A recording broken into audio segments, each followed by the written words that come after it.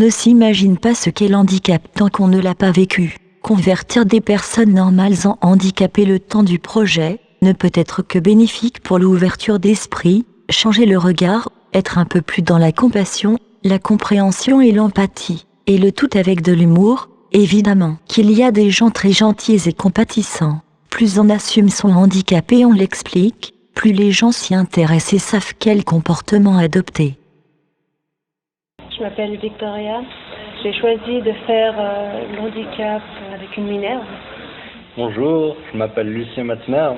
J'ai dû prendre un handicap où je ne vois pas sur les côtés. C'est-à-dire une casquette qui ne me permet pas de voir sur les côtés, malheureusement rose et contraignant.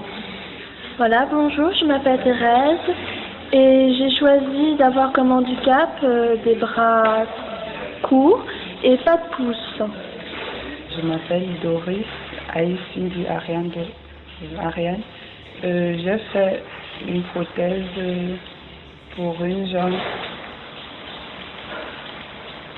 Une prothèse pour une jambe handicapée dont le pied ne peut pas se plier. La prothèse, c'était 2 vaches avec un moule au niveau du pied et c'était une prothèse orthopédique. Je m'appelle Tania. Alors, j'ai choisi comme handicap d'être aveugle parce que je vois beaucoup de monde souvent en ville, des personnes malvoyantes, souvent aider des chiens ou alors des cannes, et je voulais découvrir ce que ça faisait en fait. Alors, je m'appelle Lorraine et mon handicap c'était d'avoir une partie du bras attachée au corps. C'est un handicap psychomoteur. Je le vis avec mon fils qui a maintenant 35 ans. Je m'appelle Andrea Guéraud. Mon handicap était d'avoir la partie supérieure des bras bloquée le long du corps. Mon handicap principal est la perte de la parole mais aussi des contractures involontaires de mes mains, qui, avant étaient accompagnées de terribles douleurs. C'est une maladie neurologique. Je n'ai pas vraiment de diagnostic précis, à part les termes génériques de dysphonie, pour la parole, et dystonie, pour les mains. Donc qui dit pas de diagnostic, dit pas de traitement. J'ai été la cobaye des médecins, professeurs, spécialistes en tout genre. Pendant plus de 6 ans, ils m'ont fait essayer tous les médicaments possibles et imaginables, sans aucun résultat à part celui de me shooter. Très compliqué, souvent assez, on va dire, donne souvent mal à la tête, dépendamment de comment on prépare l'expérience. C'est assez compliqué de voir vraiment en fait découvrir leur vie, donc découvrir en fait qu'on ne voit rien et ne pas pouvoir utiliser nos sens correctement, c'est vraiment quelque chose de difficile. J'ai vécu cette expérience en fait. D'un point de vue physique, en fait, c'était surtout au niveau de la nuque. Ça a commencé à me faire mal parce que je pense que je crispais un peu trop mon bras. Rien que le simple fait de lire un livre, ça peut être embêtant parce que justement, il n'y a qu'une seule main qui tient juste pour dessiner dans un sketchbook. C'est embêtant parce que justement, j'avais besoin de ma main pour dessiner, ma main droite, mais j'avais aussi besoin d'un autre support pour tenir la page du bouquin qui se refermait sur l'endroit où je dessinais. Donc du coup, soit je mettais le pied, soit j'y allais avec le coude quand même, mais ça, normalement, c'était pas tout à fait ce que je devais faire. Ce que j'ai fait, c'est justement pour écrire, par exemple, pour tenir une feuille et tout, j'y étais avec le pied. Donc voilà. J'ai vécu cette expérience d'un point de vue, bon, j'ai bien aimé parce que ça reste quand même quelque chose qu'on ne voit pas tous les jours. J'ai quand même apprécié ce projet-là. Du point de vue physique,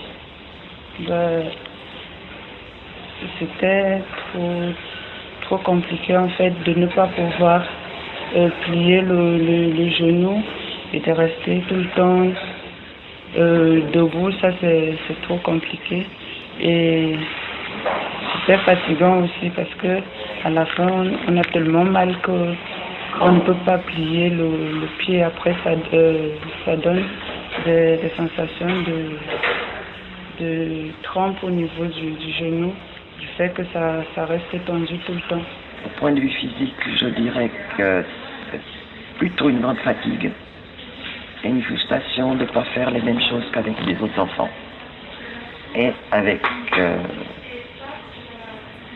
en devenant adulte, c'est pareil. C'est d'être toujours à côté de la plaque.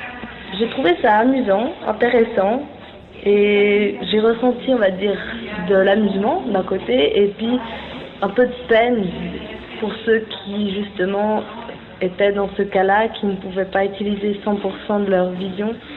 Point de vue mental et psychologique, je trouvais ça fatigant, assez frustrant, on va dire.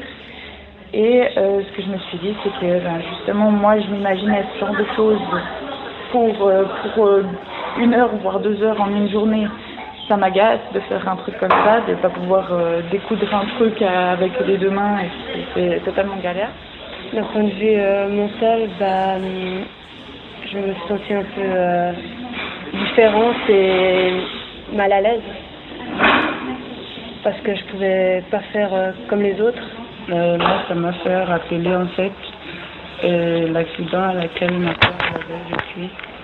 Lorsqu'elle était en train de faire le ménage dans le nettoyage de la salle de bain, elle a eu un accident qui l'avait causé une paralysation au niveau de la jambe. Du coup, elle n'arrivait pas à marcher normalement et elle boitait tout le temps. Et jusqu'à présent, elle ressent toujours quelques douleurs au niveau de la jambe. Et elle reçoit quelques massages pour qu'elle puisse marcher normalement. Physiquement, c'est forcément contraignant, mais mon espèce de prothèse n'était pas la plus contraignante. Par contre, il y avait d'autres choses auxquelles j'avais pas pensé, comme la chaleur ou l'inconfort de la prothèse en elle-même qui rendait l'expérience assez gênante. Psychologiquement, c'est clair que ça entraîne une toute autre réflexion sur la manière de travailler, parce qu'on est obligé de réfléchir à l'organisation de ses tâches avant de commencer à faire quelque chose, parce que tout est un petit peu plus compliqué, voire beaucoup plus compliqué. Donc c'est une question d'organisation et ça fatigue plus qu'on a l'habitude.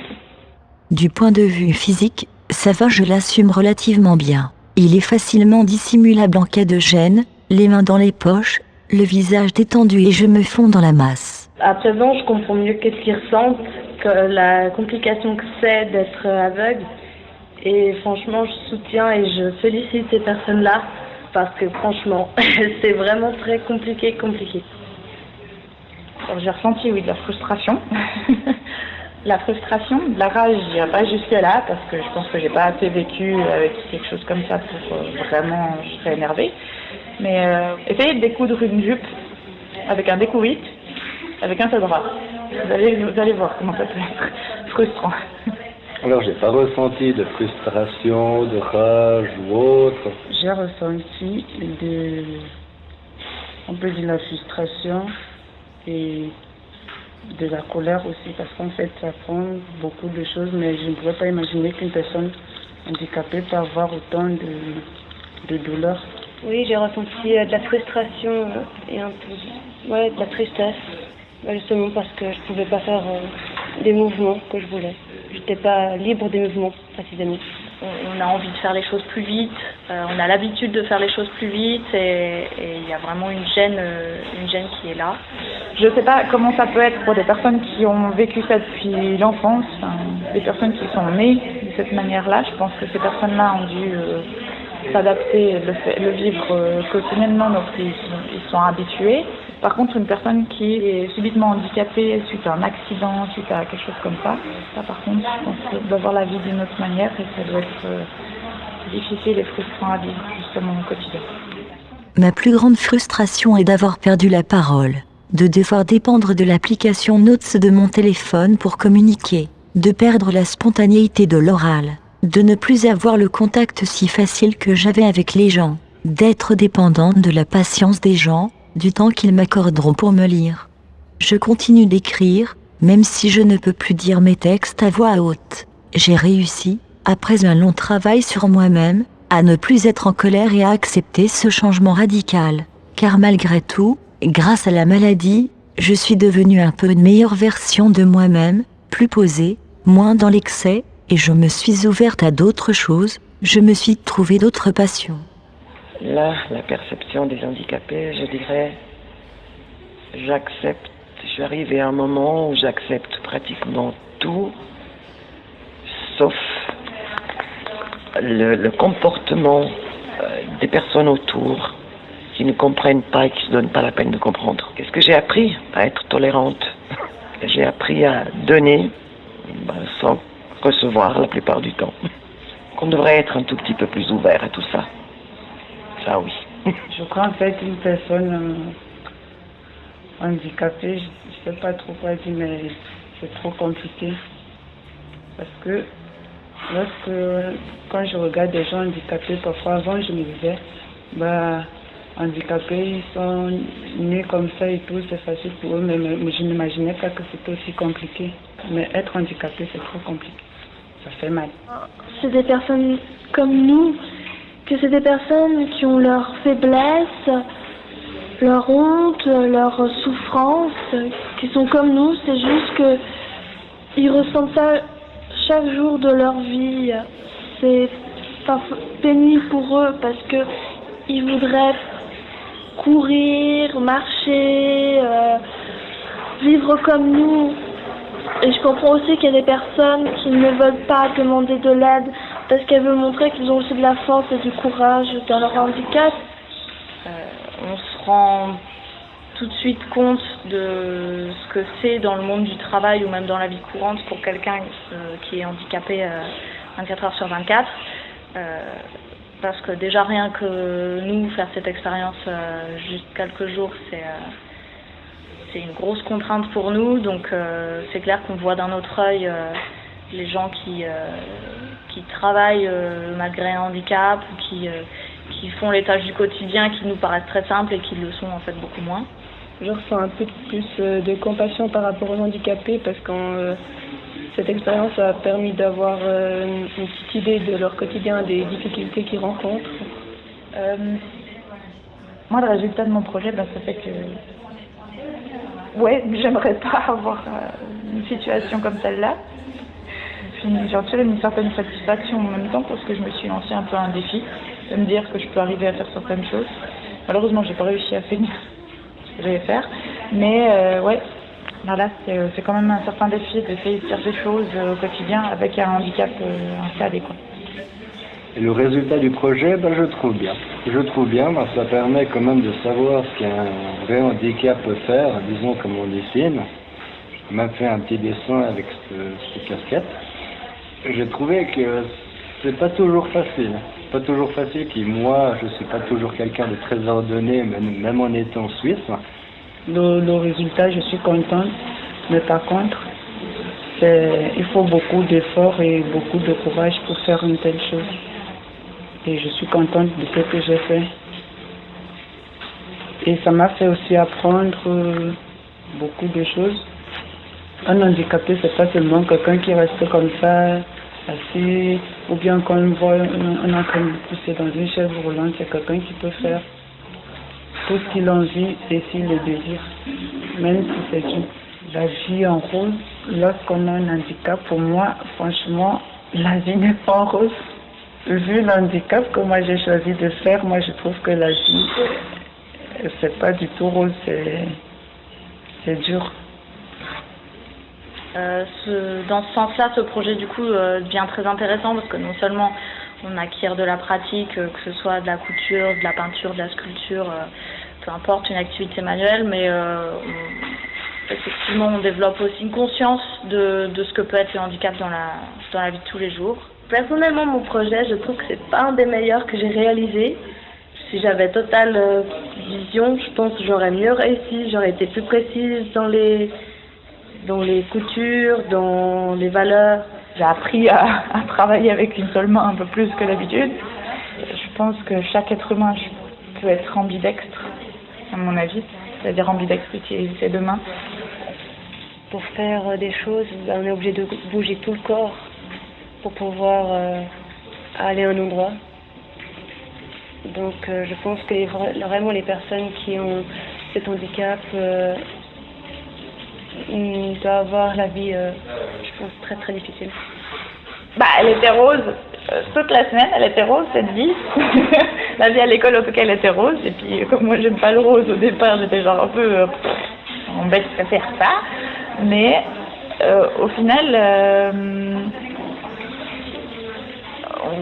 elle, je pense qu'elle peut être rose si on commence à accepter, si on a un handicap et qu'on commence à l'accepter, elle peut être rose, on peut voir la vie d'une autre manière. Par contre, je pense que, ouais, perdre un membre ou un truc comme ça, c'est toujours un certain deuil à faire, d'une certaine manière, comme pour n'importe quel deuil.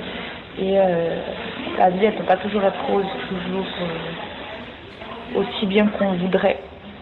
Voilà, quoi.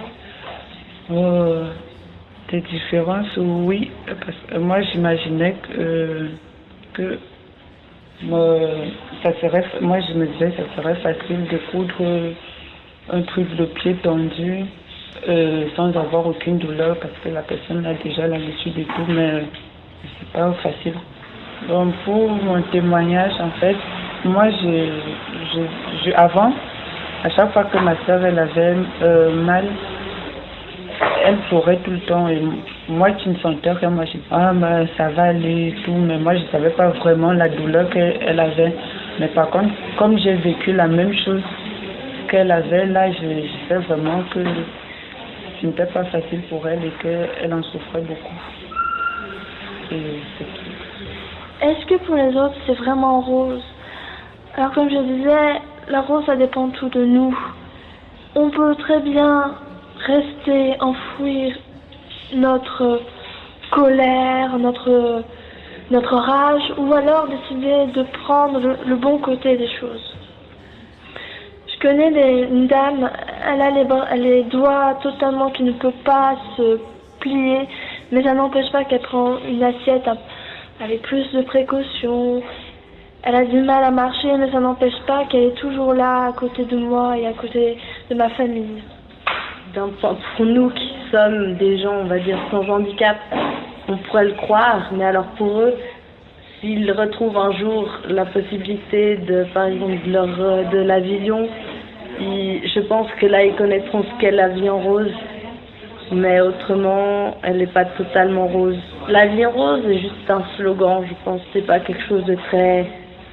C'est juste un slogan pour nous encourager à avancer. Les difficultés réelles,